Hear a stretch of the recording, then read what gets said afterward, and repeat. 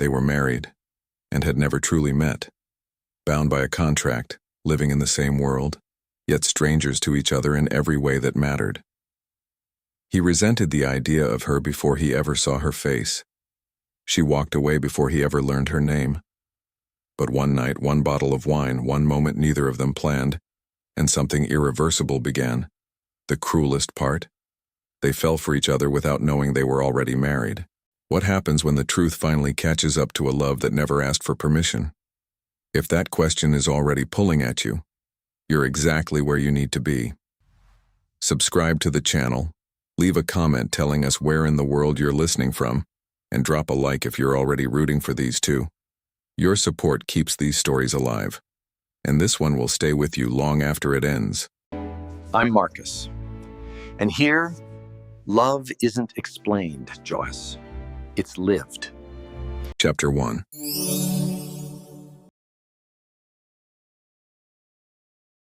The morning light came in soft and golden, the kind that makes even silence feel like a gift. Sophie Vane had woken before the alarm, something her body had learned to do in spaces that didn't quite belong to her yet. The sheets were high thread count ivory, cool against her skin, carrying the faint scent of cedarwood and something warmer underneath. A cologne, maybe, or just the particular smell of a life she hadn't yet learned to read. She sat up slowly, pushing dark hair away from her face, and looked around the room the way you look at a painting you're not sure you understand. Floor-to-ceiling windows, minimalist furniture in warm oak and brushed steel, a city view that Chicago only offers to people who can afford to stop noticing it. 32nd floor, the lake glittering in the distance like it had no idea what kind of morning this was about to become. She'd been in this house and this mansion wrapped in glass and restraint for 3 weeks. 3 weeks of learning which hallways creaked, which lights had dimmers, which silences were comfortable and which ones carried weight. 3 weeks of telling herself that unusual arrangements could still be dignified ones. She padded barefoot across the heated floors toward the kitchen, wearing an oversized gray t-shirt and sleep shorts, phone in hand, already scanning emails with the automatic reflex of someone who built her career on being 3 steps ahead. The Vane-encumbered inbox never truly slept. Neither did she. The kitchen was pristine. Marble countertops, the polished, predictable kind, and a coffee machine that cost more than her first car. She set her phone face down on the counter, something she rarely did, and let herself just breathe for a moment. The apartment smelled like quiet money and fresh air from a window left slightly open overnight. That was when she noticed it. The study door, usually closed with the particular authority of a man who values his boundaries, was slightly ajar. Not open, just cracked, the way doors are when someone leaves in a hurry and doesn't think to pull them shut completely. A thin slice of the room visible from where she stood. She wouldn't have looked twice except that a slant of morning light caught the edge of a folder on the desk. A manila folder. Unremarkable in every way except for what was printed on the tab, visible even from the hallway in clean black 12-point font. Matrimonial union agreement. Her feet moved before her mind gave permission. The folder was half open, its pages fanned slightly as if someone had reviewed them recently and set them down mid-thought. Sophie's hand reached for it with the steadiness of a woman who had learned to keep her face calm, while her chest did something entirely different. She lifted the top page. The document was formal, dense with legal language she recognized immediately. She'd signed enough contracts in her career to know the architecture of obligation. Her eyes moved down the page with practiced efficiency, past the definitions clause, past the terms of cohabitation, past the financial disclosure sections, and then stopped. Sophie Elaine Vane. Her own name. In a document she had never seen. In a folder she had never been shown. Below it, Spencer Nathaniel Carter. And below that, a clause that made the kitchen tilt slightly on its axis. A section titled Extortion Protections and Asset Security Measures, which outlined in precise and brutal legal language the possibility that the second party to this agreement, her, might attempt to leverage the arrangement for financial gain. The glass she'd been holding, a short tumbler she'd picked up from the counter without thinking, hit the floor. The sound was sharp and clean in the silence of the apartment, water spreading across the marble in a slow, indifferent arc. Sophie did not move to clean it up. She stood very still, the document in her hand, reading the same paragraph a second time and then a third, because some sentences need to be confirmed before the heart is allowed to respond to them.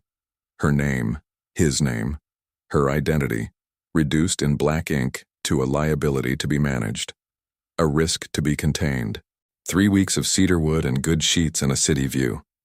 3 weeks of telling herself this was unconventional but not cruel. She set the folder back exactly as she'd found it. She went to the bedroom. She dressed. Dark jeans, white sneakers, a blazer she grabbed without checking if it matched. She picked up her bag, her keys, her phone. She did not write a note. She did not look back at the lake. The elevator opened immediately, as if the building had been waiting, and Sophie Vane walked out of a life she'd almost believed in, carrying nothing but the particular kind of silence that comes after a word like betrayal finally finds its shape. She didn't know yet that the shape had a name, and that the name, his name, wasn't finished with her. Chapter 2. 6 weeks was enough time to build a person from scratch, and if you were disciplined about it, Sophie had always been disciplined. The new business cards read, Mia Elaine, clean sans serif font on matte white stock, no last name, no photograph, just a title, lead design consultant, Vane & Co., and a direct line that rang to a phone she'd purchased separately, on a plan registered to a P.O. box on the north side of Chicago. It wasn't paranoia. It was architecture. The same instinct she applied to a room. Decide what you want people to feel when they walk in, then remove everything that contradicts it. The Vane and Comert offices occupied the 14th floor of a building on Michigan Avenue with glass walls and an unobstructed view of Millennium Park. Sophie had chosen the space herself 3 years ago, when the company was still young enough to feel like a bet. Now it felt like a spine, the thing that kept everything upright when everything else shifted. She arrived at 7:15 every morning. Black coffee already in hand from the cafe downstairs, laptop bag over one shoulder, earbuds in, not because she was listening to anything, but because it reduced the number of conversations she had to begin. Her team had learned to read the signals. Earbuds meant I'm already working. Earbuds and the blazer meant don't ask me anything that isn't urgent. Today she was wearing the blazer. The morning briefing was already on her desk when she sat down, a neat stack of folders arranged by her assistant, Daniel, who had the rare and valuable quality of anticipating her without overstepping. She flipped through them with one hand, coffee in the other, eyes moving efficiently across project updates, billing summaries, a zoning permit delay on a townhouse renovation in Lincoln Park. Then Daniel appeared in the doorway. The Hargrove referral came through, he said, holding a tablet at a slight angle the way he did when he wasn't sure how she'd react to something. Full interior renovation, historic property, but the client wants contemporary integration throughout. Budget is significant. How significant? 7 figures, possibly more depending on the scope expansion. Sophie set down her coffee. 7 figures meant 6 employees with job security for another year. It meant the Lincoln Park delay didn't matter. It meant yes, immediately, without conditions. Send me the address, she said. Daniel hesitated, that half-second pause she'd learned to notice. I already printed the brief. He set a folder on her desk, then stepped back toward the door with the particular body language of someone who has delivered a package and would prefer not to be present when it's opened. Sophie opened the folder. The brief was thorough. Property history, client profile, preliminary scope of work. Her eyes moved down the first page with professional efficiency, absorbing details, flagging questions, already sketching a loose concept in the back of her mind. And then she reached the address. She read it once, read it again, looked up at the window, at the skyline, at the ordinary Thursday morning happening 14 floors below, and then looked back down at the paper. The address was the same, not similar, not a neighboring property. The same street number, the same building, the same 32nd floor that smelled like cedar wood and broken trust. Spencer Nathaniel Carter's home, Spencer Nathaniel Carter's renovation. The folder sat open in her hands for a long moment. The city kept moving outside the glass. A notification lit up her phone screen and faded unread. Sophie looked up at the wall across from her desk, the one she'd deliberately kept clear of mood boards and project photographs, hanging instead 6 framed portraits of her team. Daniel with his careful tablet angles, Rosa, her senior designer, who cried at material samples when they were truly beautiful, Marcus, their structural consultant, who made terrible coffee and brilliant calculations. The others, faces she'd chosen, people who'd chosen her back. She thought about the Lincoln Park delay, the quarterly projections, the conversation she'd had with her accountant 2 weeks ago, which had ended with the phrase lean but manageable, delivered in a tone that meant not for much longer. The luxury of running belonged to people with safety nets. Sophie Vane did not have a safety net. She had a spine and a company and 6 people whose rent was partially her responsibility. She closed the folder. "Daniel," she called, loud enough to carry to the hallway. He reappeared immediately, which confirmed he'd been waiting. "Clear my Thursday afternoon," she said. "And tell the Hargrove contact we'll do a site visit this week." He nodded and disappeared. Sophie picked up her coffee, now lukewarm, and drank it anyway. She pulled up the property file on her laptop and began making notes in the clean, focused way she did everything, with full attention and no visible trembling. Her hands were steady. They had learned to be. What they hadn't learned, what no amount of discipline quite covered, was what her pulse did when she typed that address into her project management system and saw his name appear in the client field, automatic and inevitable, like something that had always been waiting to be found. Chapter 3. The elevator opened directly into the penthouse foyer, which was exactly the kind of architectural statement that Spencer Carter made without trying.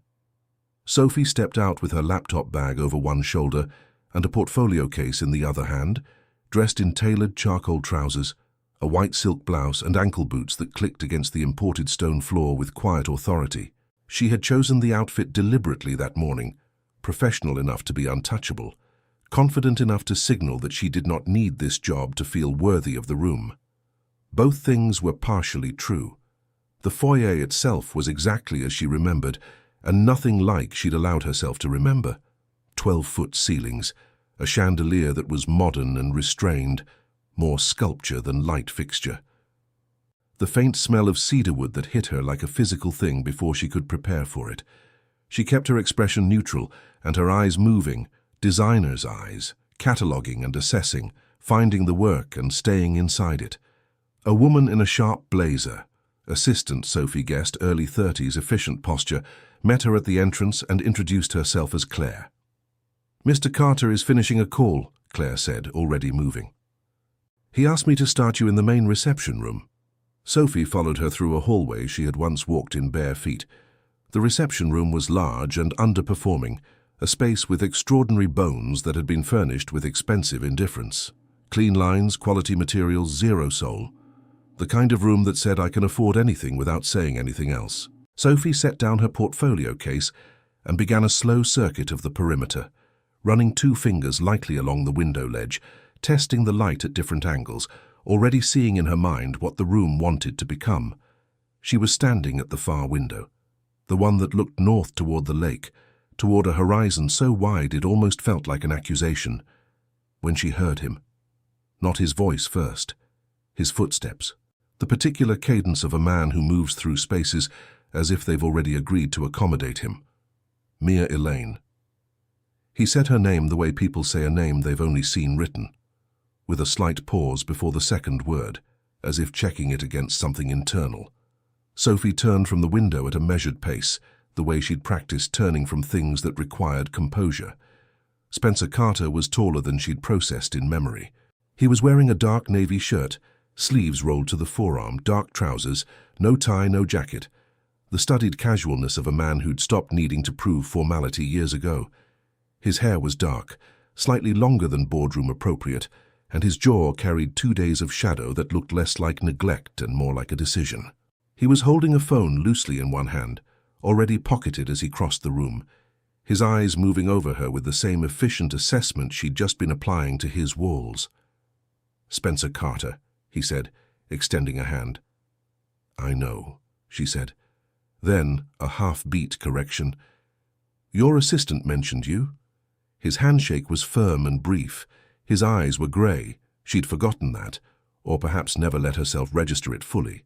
They stayed on her face 1 second longer than strictly professional, the particular look of someone trying to locate a memory they can't quite reach. "You came alone," he said. "I always do the first site visit alone," Sophie replied, turning back toward the window before he could extend the eye contact further. "I need to hear the space before I start making promises about it." She felt him consider that, the slight pause of a man who wasn't accustomed to people redirecting conversations away from him. "Fair enough," he said. What followed was 40 minutes of the most precisely managed professional interaction Sophie had executed in her career. She asked the right questions. She listened with visible attention. She offered 3 preliminary observations about the space that were specific enough to be impressive and restrained enough to leave him wanting more. She was, by every measurable standard, excellent, and Spencer Carter was, unexpectedly, inconveniently, engaged. Not charmed, engaged. There was a difference. Charmed was passive. Engaged meant he was tracking her logic, pushing back on one of her material suggestions, with a counterpoint that was actually well-reasoned, asking a follow-up question that indicated he'd genuinely processed her answer to the previous one. He wasn't performing interest. He was interested. That was the first problem. The second problem happened near the end of the walkthrough, when Sophie paused at a window in the east corridor, not the dramatic north-facing one, but a smaller, quieter window that looked onto a narrow slice of sky between buildings, and said almost to herself, this house was designed by someone who needed horizon. She hadn't planned to say it. It came from the same instinct that made her good at her job and occasionally terrible at maintaining distance. Spencer, who had been half a step behind her, stopped. The silence lasted 4 seconds, she counted. When she turned, slowly, professionally, with her portfolio case already in hand, as a physical signal that the visit was concluding, he was looking at her with an expression she couldn't fully categorize. Not attraction exactly, something more unsettling. Recognition without context, the look of a man who has heard a piece of music before but cannot name the song. "Same time Thursday?" Sophie said, her voice even. "Yes," Spencer said. He was still looking at her when she stepped back into the elevator. She kept her eyes forward until the doors closed. Then she exhaled, slow, deliberate, completely controlled, and stared at her own reflection in the brushed steel doors as Chicago dropped away beneath her. Her hands were steady. Her pulse was not. Chapter 4. The Thursday visits became a rhythm. Then the rhythm became something else, something neither of them named, because naming things gives them weight, and weight requires decisions. By the 3rd week, Spencer had stopped waiting for Claire to escort Sophie from the elevator. He was simply there when the doors opened, phone in hand, usually mid-thought, always with the particular energy of a man who had too many things running simultaneously and had chosen, for reasons he hadn't examined, to be present for this one specific arrival. Sophie noticed. She filed it away in the same internal drawer where she kept everything about him that required careful management. The project was progressing with the clean momentum of good professional chemistry. Sophie had a gift for translating what clients couldn't articulate, the vague discomfort they felt in their own spaces, the unnamed longing for rooms that felt inhabited rather than merely decorated. She asked questions that sounded simple and weren't. She listened the way architects listen, with her whole body slightly angled toward the source of information, catching not just words but hesitations. Spencer, she had discovered, hesitated in interesting places. It was a Tuesday when it first happened. Not a scheduled visit day, but he'd texted the Mia Elaine number asking if she could review a material sample that had arrived early. She'd said yes because the project timeline justified it, and for no other reason she was willing to examine. She found him in the study. Not the same study. She had reconfigured the furniture layout in the 2nd week, opening the sight lines, repositioning the desk so it faced the window instead of the door. a subtle shift that changed the entire psychology of the room. He hadn't commented on it directly, but she'd noticed him standing there one morning looking at the lake with an expression that was slightly less armored than usual. He was standing that way now, back to her, hands in the pockets of dark charcoal trousers, a half-empty coffee mug on the windowsill beside him. The material sample, a textile swatch in warm cognac leather, sat unopened on the desk. "The sample is on the desk," Sophie said, setting her bag down and moving toward it. "I know," he said. He didn't move. "I just needed a reason to have someone else in the room." She looked at the back of his head for a moment, then opened the sample packaging with calm, precise movements. "The woman I married?" he said, still to the window, with the particular tone of someone who has been having a conversation internally for so long that the external version requires no preamble. "Accepted the arrangement the way you'd accept a favorable lease agreement. Terms, conditions, exit clauses." A pause. "I don't think she ever thought of me as a person." Sophie's hand stilled on the leather swatch. 1 second, then she resumed her examination of the material, running her thumb across the grain, checking the weight. "That sounds like a contract," she said carefully. "Not a marriage." It was both.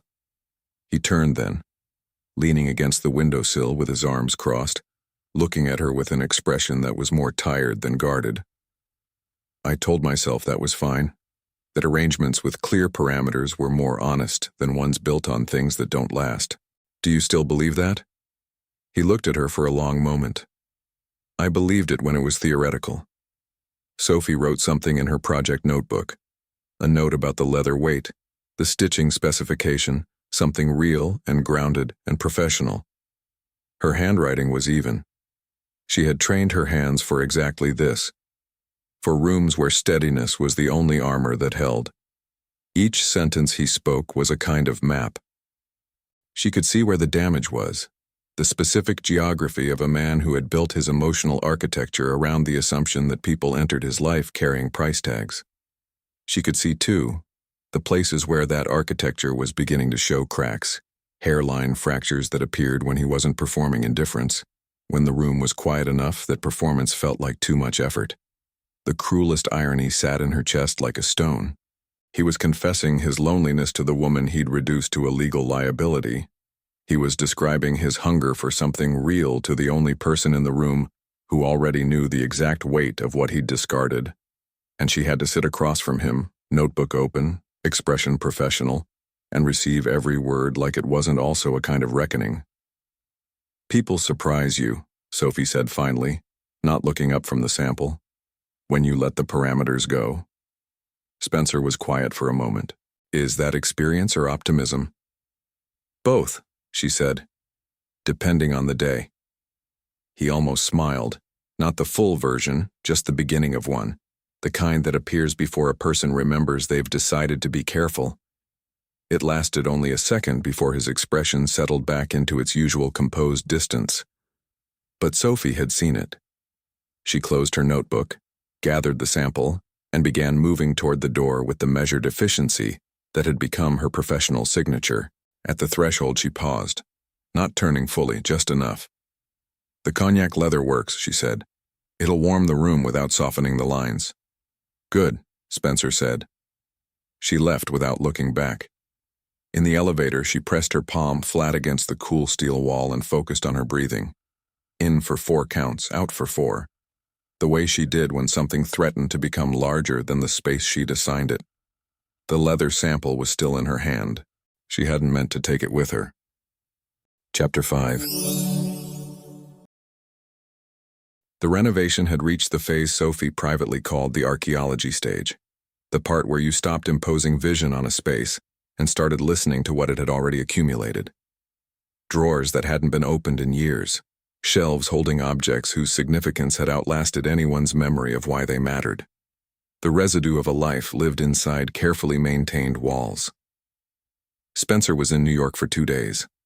"Business," Claire had said, with the practiced brevity of someone who'd learned not to elaborate. The penthouse was quieter without him, not empty exactly, but decompressed.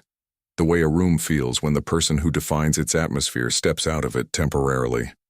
Sophie worked better in that quiet. She was reorganizing the built-in shelving units in the main corridor, cataloging what stayed, what relocated, what needed to be incorporated into the new design language she was building for the space, when she found the drawer. It was the bottom drawer of a low credenza near the hallway entrance, the kind of furniture piece that accumulates things by default, rather than intention. She pulled it open, expecting invoices or old cables or the miscellaneous debris of modern living. What she found instead made her sit down slowly on the floor, back against the credenza, like her legs had made a decision without consulting her. Photographs. Not framed, not organized, just a small stack held loosely together by a rubber band that had dried and cracked at the edges, the kind of aging that suggested years rather than months. She lifted them carefully, the way you handle something that belongs to someone else's interior life. The first three were architectural. Buildings, interiors, a courtyard somewhere European that Spencer had probably visited for work.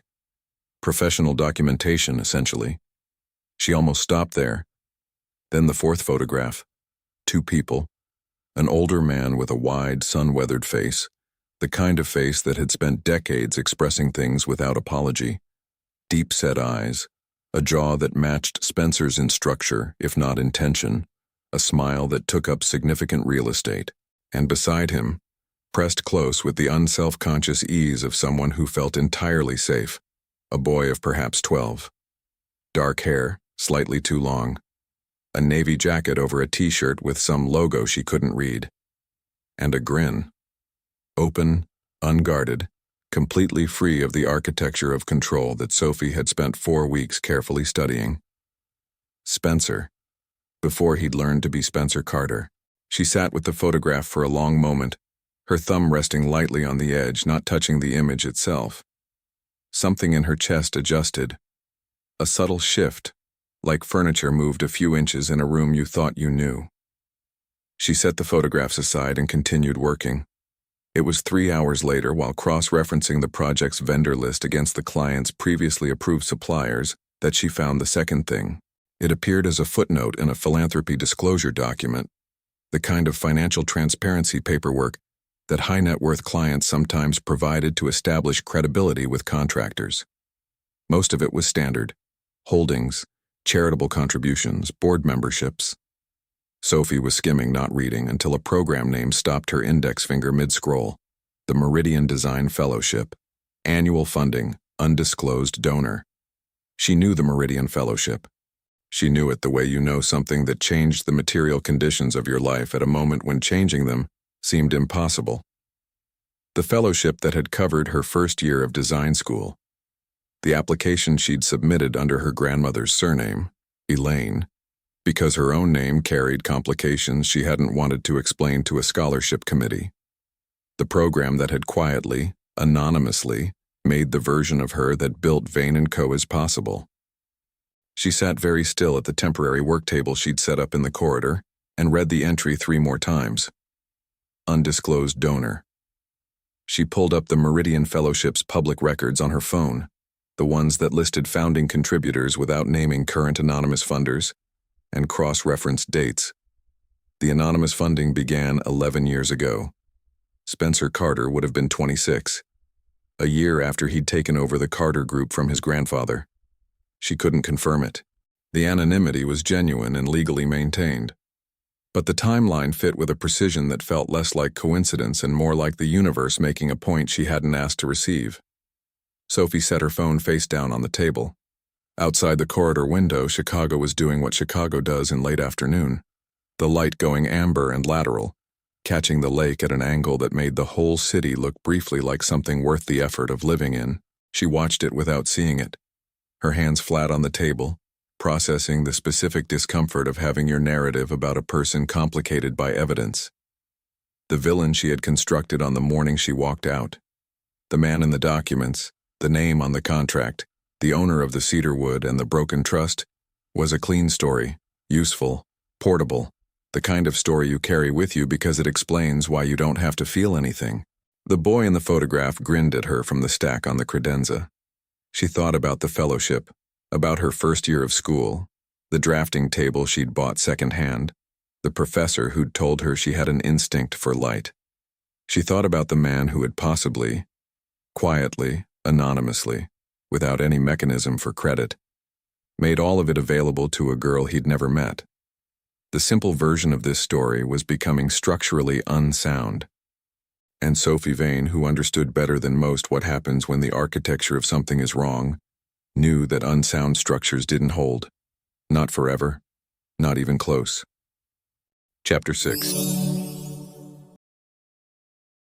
The material selection meeting had been scheduled for 10 o'clock.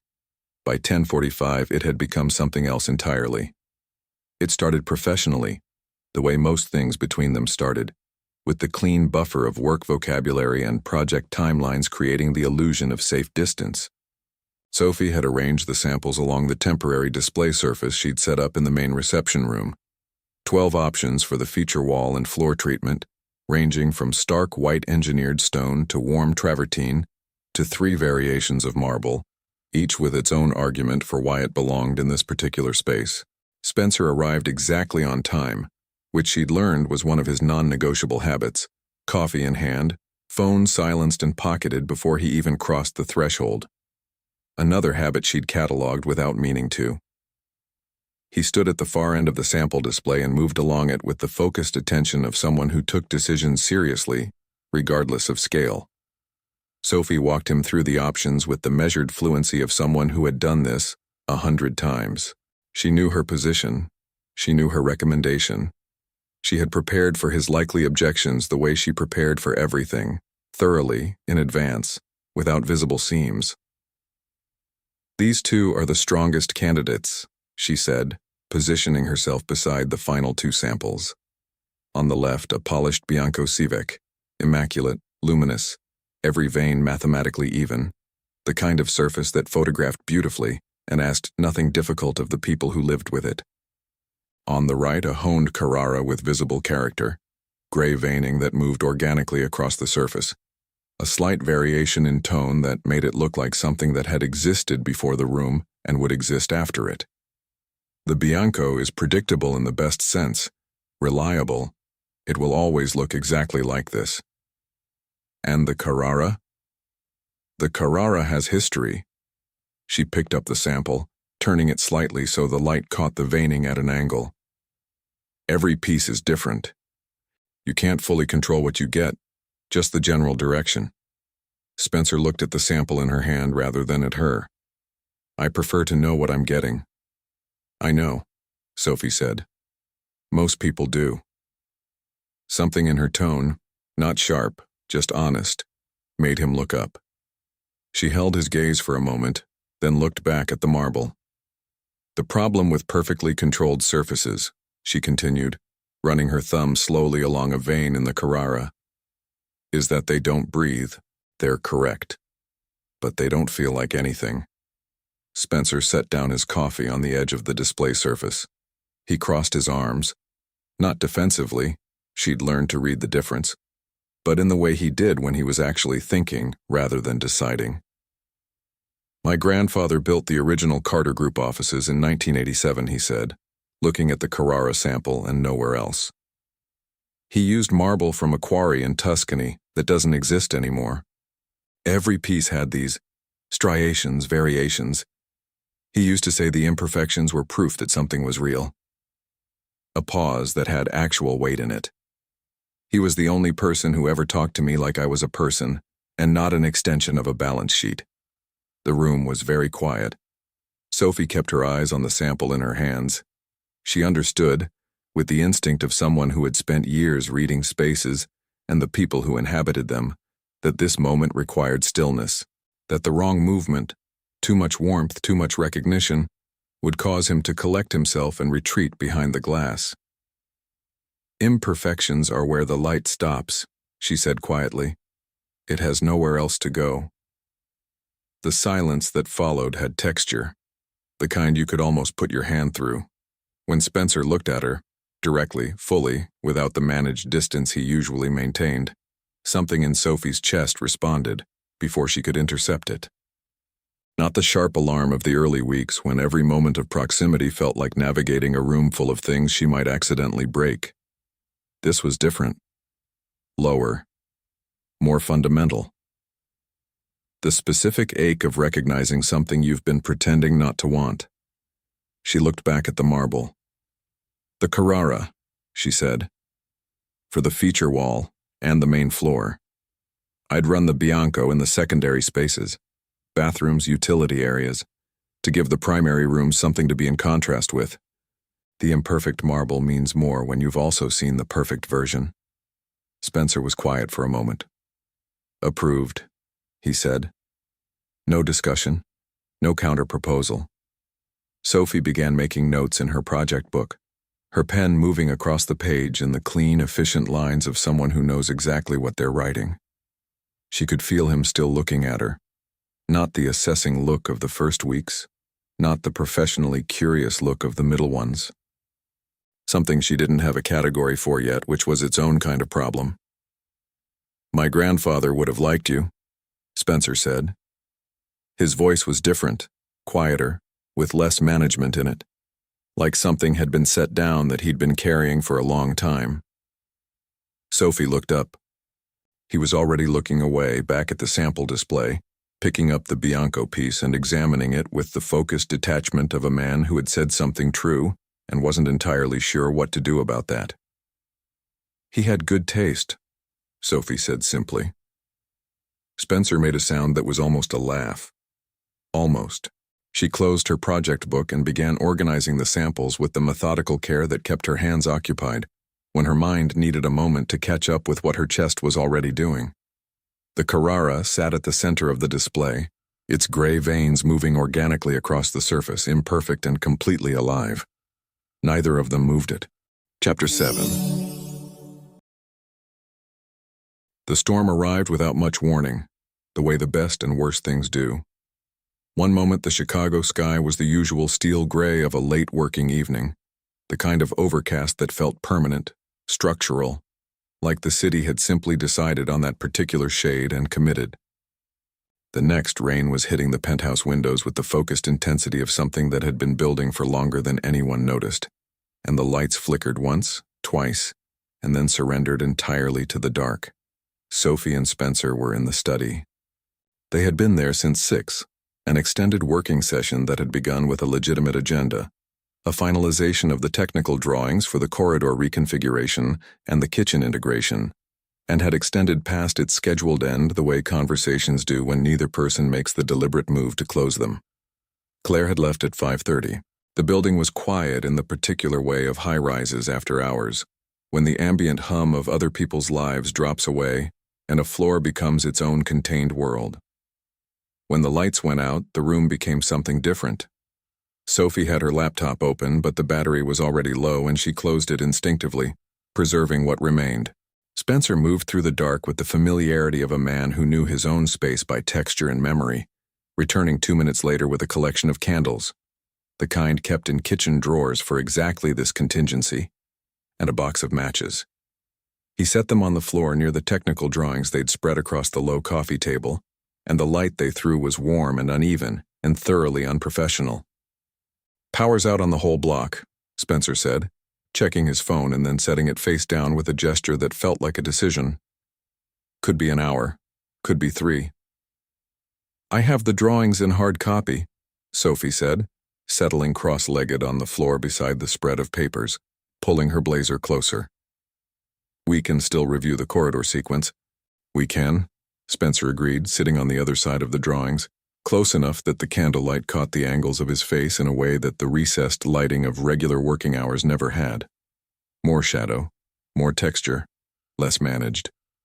They worked for 20 minutes, genuinely productively with the focused momentum that had made this project run well, despite everything Sophie was carrying inside it.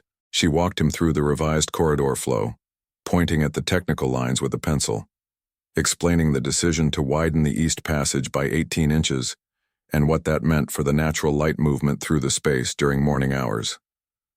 Spencer asked good questions. He always asked good questions, which was one of the things she'd filed under inconvenient discoveries in the ongoing internal document of her 4 weeks here. Then she told him about the client. She hadn't planned to. It emerged organically from a comment he made about difficult decisions, which led her to a story, safely anonymized, professionally framed, about a client 3 years ago who had wanted to demolish a load-bearing wall because he found its position aesthetically inconvenient. The story was genuinely funny in the way that professional disasters become funny with sufficient distance, and she told it with the dry, precise comic timing that her team had learned to watch for. Spencer laughed, not the controlled, almost laugh she'd caught glimpses of in previous weeks. A real one, sudden and unguarded, the kind that arrives before the person can decide whether to allow it, accompanied by a slight forward lean and a hand briefly covering his mouth as if the reflex surprised him too. It lasted only a few seconds before his expression settled, but those seconds were... Sophie registered this with the careful precision of someone cataloging something dangerous, the most undefended she had ever seen him. She was learning the shape of his smile the way she learned floor plans, quietly, thoroughly, without announcing the project. The conversation moved after that, unmoored from the drawings, from the project, from the professional container that usually held these hours in their proper shape. He asked how she'd started in design. She gave him the version that was true without being complete, the version that began with a scholarship and a second-hand drafting table, and a professor who told her she understood light. He listened without filling the pauses, which was rarer than it should have been. She asked about the Carter Group's early years. He talked about his grandfather again, differently this time with less careful framing, more actual memory. The Tuscany trip at 14, the argument at 22 about whether legacy was inherited or built, the way the old man had a habit of leaving architectural books on Spencer's desk without comment, as if osmosis were a legitimate business strategy. "Did it work?" Sophie asked. Spencer looked at the candle nearest him for a moment. "I'm sitting on the floor reviewing design drawings at 9 o'clock on a Tuesday," he said. "You tell me." She smiled, genuinely, before she could edit it. When the lights returned, sudden and clinical, flooding the room with the ordinary brightness of a working evening, they both registered the same thing simultaneously. The proximity, the drawings between them, yes, but not much else. The distance that remained was less than professional convention recommended, and neither of them had moved to create it. It was Spencer who shifted first, a slight lean back, a hand running through his hair, the particular micro-movement of a man recalibrating. Sophie began stacking the drawings with focused attention, her eyes on the papers, her movements efficient and deliberate. She gathered her things with the practiced ease of someone who had an exit strategy prepared in advance. "Same time Thursday," she said at the elevator. "Yes," Spencer said. The doors closed. Sophie drove home through rain-slicked Chicago streets, both hands on the wheel of her black Audi, the city lights fracturing in the wet asphalt like something broken trying to be beautiful. The heat was on, the radio was off. The silence in the car was occupied entirely by the specific, inconvenient understanding that she was no longer just managing a situation. She was feeling one. And Thursday, she already knew, was not going to be enough time to figure out what to do about that. Chapter 8. Sophie arrived at the penthouse that Thursday, knowing something had shifted inside her. Not dramatically, not with the sharp clarity of a decision made in a single moment, but with the quiet inevitability of a conclusion that had been forming for weeks and had finally stopped pretending it wasn't there. She was going to tell him. Not today. The timing wasn't right, the ground wasn't solid enough, and she still needed to think carefully about the shape of the words. But the decision itself had taken form overnight, somewhere between 3 and 4 in the morning when she'd been lying awake in her apartment, staring at the ceiling with the kind of focused sleeplessness that isn't insomnia so much as reckoning. She had turned it over from every angle. She had examined the cost from every direction, and she had arrived, by the particular logic of someone who builds things for a living, at the understanding that a structure with a false foundation doesn't hold, no matter how beautiful the surface, no matter how carefully constructed the rooms above. She carried the decision into the penthouse the way you carry something fragile, with both hands, with full attention, without letting it show. The project was in its final weeks.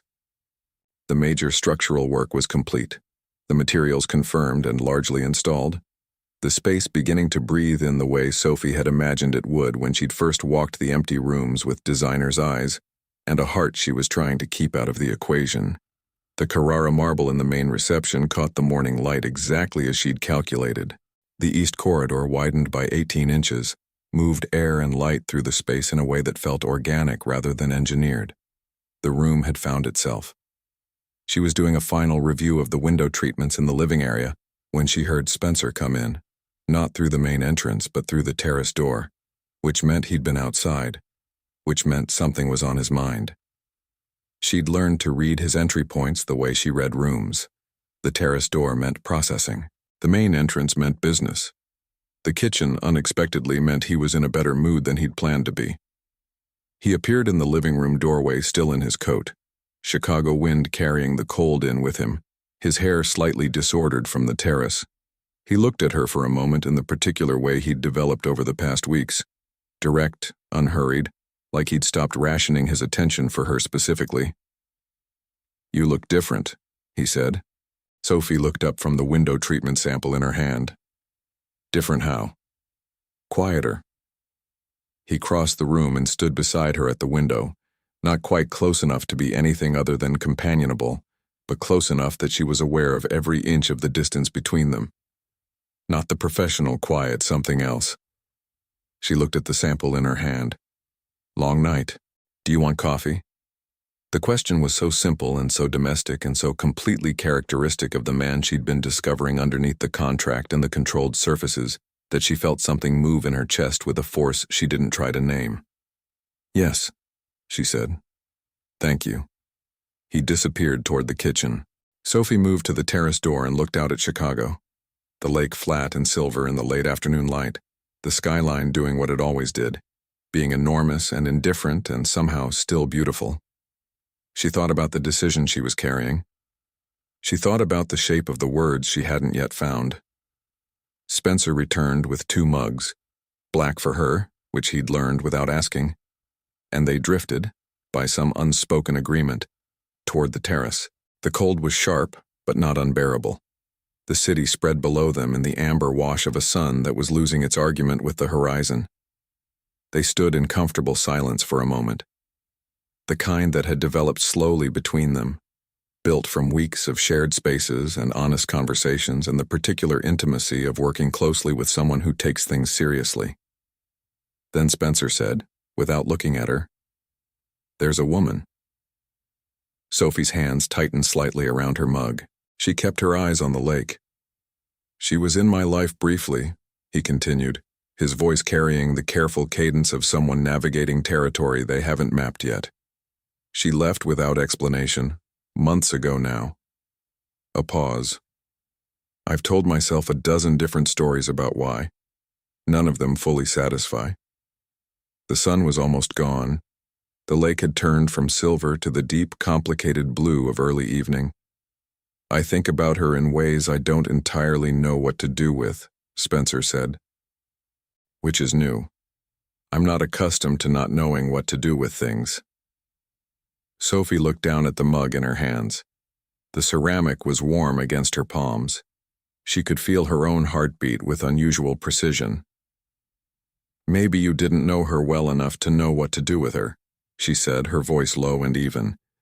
"Maybe what you're thinking about is who she might have been, if things had been different." Spencer turned to look at her then. She felt it before she saw it. The shift in his attention, the weight of it. "You didn't know her," Sophie said. The words came out softer than she'd intended, carrying something she hadn't fully authorized. "No," he agreed. His voice was quiet, close. "But I think I wanted to." She turned her face toward the lake. The city below them was lighting up in the dusk, window by window. A slow illumination that had nothing to do with decisions and everything to do with the simple fact of night arriving. Behind her, Spencer was looking at her profile with an expression she could feel against her skin like warmth from a source she couldn't see. Neither of them spoke. The silence wasn't avoidance. It was the specific, weighted quiet of two people standing at the edge of something that, once stepped into, could not be stepped back from. Sophie held her mug with both hands and breathed the cold Chicago air, and understood, with complete and devastating clarity, that tomorrow she was going to find the words. Tonight she let the city hold them both in the particular mercy of almost. Chapter 9.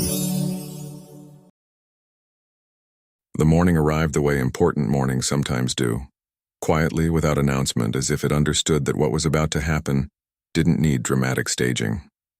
Sophie woke at 6:15 in the guest room she'd been using during the final installation week, a practical arrangement Claire had suggested when the project entered its most intensive phase, requiring early starts and late finishes that made the 40-minute commute from her apartment an inefficiency the timeline couldn't absorb. She'd agreed with the professional logic and carefully not examined any other dimension of the decision. She lay still for a moment, looking at the ceiling, feeling the weight of what today was. The words had come to her at 4 a.m, not dramatically, not in a rush of inspiration, but with the quiet precision of something that had been assembling itself in the background for weeks and had finally finished. She had lain there in the dark, running them through her mind, testing their shape, their sequence, their honesty. By 5, she had stopped rehearsing. The words were ready. The question was whether she was. She was. She showered and dressed with the focused calm of someone who has made a decision and is no longer negotiating with it. Dark jeans, a soft camel-colored sweater, bare feet because the heated floors were one of the few luxuries of this space she'd allowed herself to appreciate without guilt. She picked up her phone from the nightstand, checked the time, set it back down. Then she followed the smell of coffee toward the kitchen. Spencer was already there. This was the thing that stopped her in the doorway. Not his presence exactly, but the specific domesticity of the scene. He was standing at the counter in a gray t-shirt and dark sweatpants, hair unstyled, feet bare like hers, doing nothing more remarkable than pouring coffee into 2 mugs. The expensive machine hissed softly. Morning light came through the kitchen window at a low, oblique angle, catching the steam rising from both cups and turning it briefly gold. He hadn't heard her yet. Sophie stood in the doorway and watched him for a moment that lasted longer than she planned. This man who had been a contract, then a wound, then a revelation, then something she no longer had a clean category for, standing in his own kitchen at 6 a.m. making coffee for 2 people as if it were the most natural thing in the world. As if they were something she didn't have a word for yet. Something in her chest settled. Not collapsed, not broke, but settled. The way a building settles into its foundation when the construction is finally complete and the weight is properly distributed. "You're up early," Spencer said without turning around. He'd sensed her the way people sense presence in rooms they know well. "Couldn't sleep," Sophie said, crossing to the counter and picking up the mug he'd set out. The ceramic was warm. The coffee was exactly right. Black, strong, no sugar. He'd learned that somewhere along the weeks without making a production of it. They stood in companionable silence for a moment, both looking at the window, at the morning light doing its slow, honest work on the kitchen. Outside, Chicago was waking up with the gradual, unhurried momentum of a city that had been doing this long enough not to need to rush. "Spencer," she said, something in the single word, its weight, its texture, the way it carried the specific gravity of what came after, made him turn and look at her fully. No phone, no distance. Just his gray eyes in the morning light, open in a way they hadn't been on the day she'd first stepped out of his elevator as Mia Elaine. Sophie set her mug on the counter. She turned to face him. She let herself stand in the full honesty of the moment without reaching for professional composure or managed distance or any of the other tools she'd spent months perfecting. "I need to tell you who I am," she said. Spencer said nothing. He set down his own mug with the slow deliberateness of a man who understands that some moments require both hands free. She told him, not in a rush, not with apology layered over every sentence, but clearly and completely. The way you tell the truth when you've finally decided that truth is the only architecture worth building in. She told him about the morning with the folder. About the contract and her name in black ink and the glass that hit the marble floor. About the weeks of construction. The new name, the separate phone, the return to a building she'd sworn she was finished with. About Mia Elaine and what she'd been protecting and what she'd discovered along the way. The photographs, the fellowship, the boy who gargalava in the pictures who was still somewhere inside the man standing across from her. She told him about the night on the terrace, about what she'd been carrying since 4 a.m. Spencer listened. He stood completely still and listened with the full, undivided attention of someone receiving something they understand is being given at significant cost. His expression moved. She watched it move, allowing herself to watch for the first time, without the protective filter of professional distance. Pain arrived first, sharp and specific. The particular pain of a man confronting the direct consequences of his own architecture. Then something more complicated. The reckoning of someone recalculating everything they thought they understood about the past 4 months. Then something else. Something that lived on the other side of the pain, quieter and more permanent. Something that looked, from where Sophie was standing, like the beginning of recognition. The name, Sophie Elaine Vane, occupied the space between them like a third presence in the room. Real. Solid. Finally taking up the space it had always been owed. The morning light continued its slow, oblique work across the kitchen floor. Neither of them moved toward the coffee growing cold on the counter. Neither of them looked away. Chapter 10. Spencer disappeared for 3 days. Sophie knew it wasn't abandonment. She'd learned enough about the architecture of this man to understand the difference between a person running away and a person going somewhere necessary. Still, the silence had weight. She carried it through her regular days at Vane & Co. with the practiced composure of someone who has learned that feelings don't pause for business hours, but neither do they have to be performed publicly. She worked. She answered emails. She approved the final installation photographs from the penthouse project. The Carrara marble catching light exactly as she'd calculated. The east corridor open and breathing. The guest room where she'd slept through the last week of the project now empty and immaculate and entirely itself.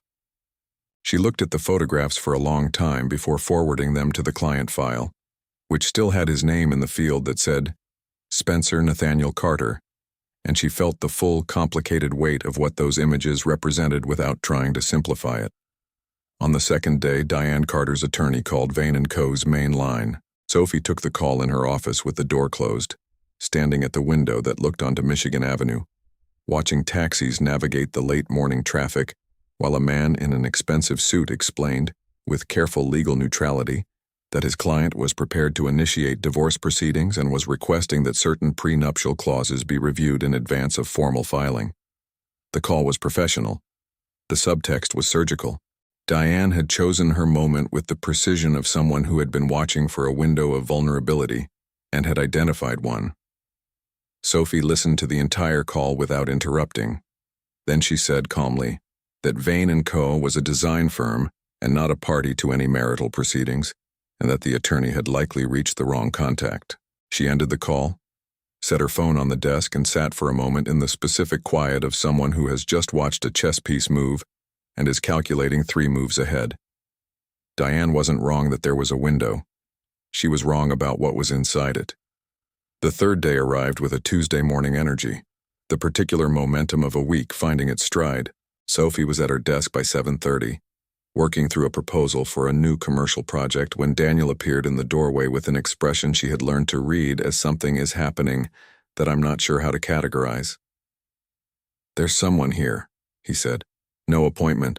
Says he doesn't need one. Sophie looked up from her laptop. Spencer was already in the doorway behind Daniel.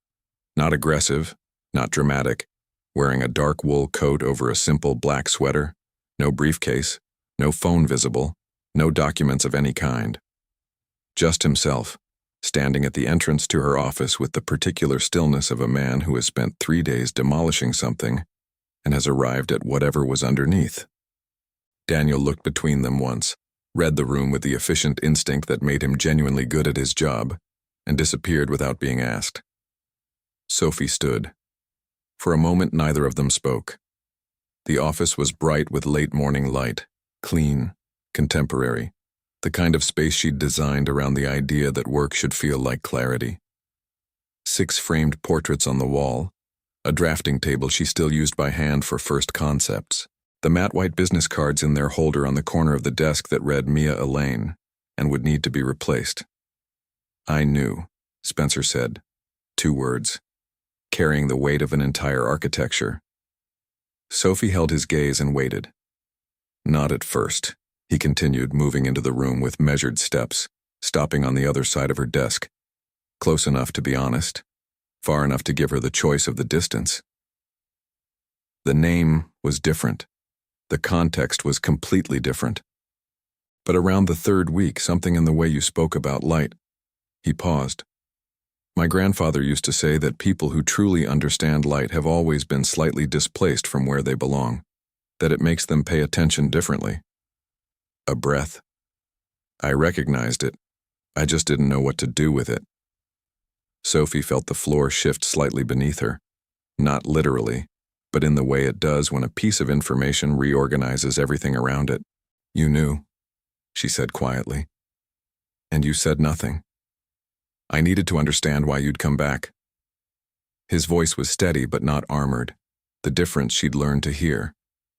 "I needed to know if what I was feeling was real, or just the shape of a story I was telling myself."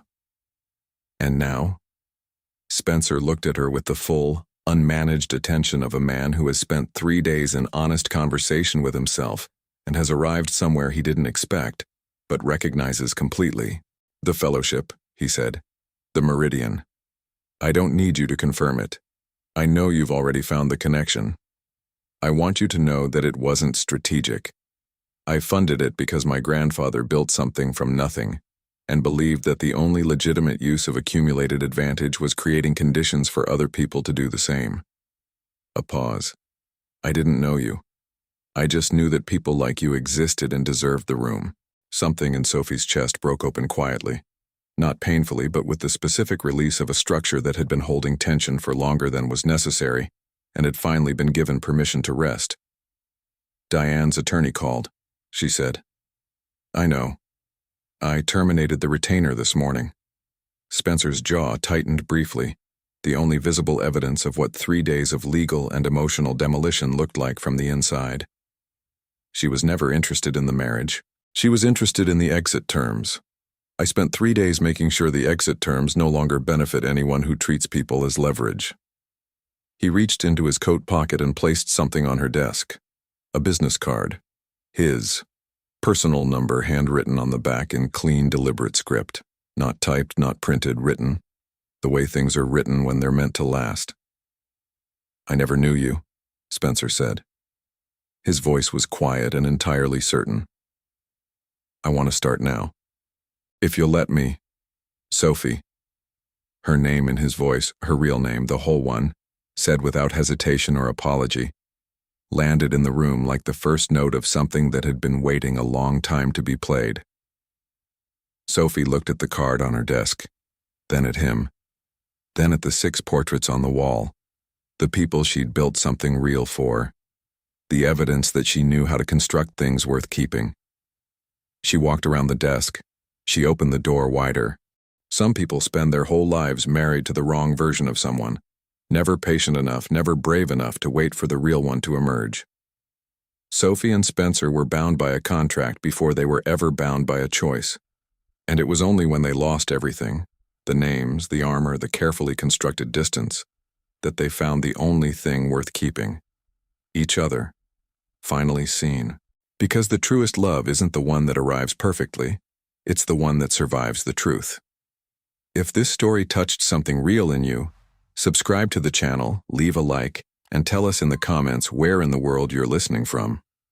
Your support means everything and keeps these stories alive. I'm Marcus. I'm Parsis. And as long as there are stories, there will be a place for you here.